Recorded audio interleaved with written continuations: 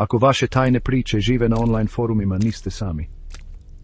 Ali za Mirzu iz Dobrinje, izolacija je otvorila vrata kroz koja nikad nije želio proći. Evo kako se njegov svijet zauvijek promijenio. Mirza je bio tiho dijete u Dobrinji, briljantan u školi, genije za kompjutere, ali zarobljen u domu ispunjenom boli. S ocem alkoholičarem Miralemom i majkom Rabijom koja je patila u tišini, Mirza nije imao nikoga kome bi vjerovao. On je svoje srce izlijevao strancima online tražeći vezu. Tada su ga pronašli članovi tajanstvene sekte. U početku to su bile samo poruke, zatim pravi sastanci. Grupa je djelovala prijateljski, sve dok nisu počeli rituali.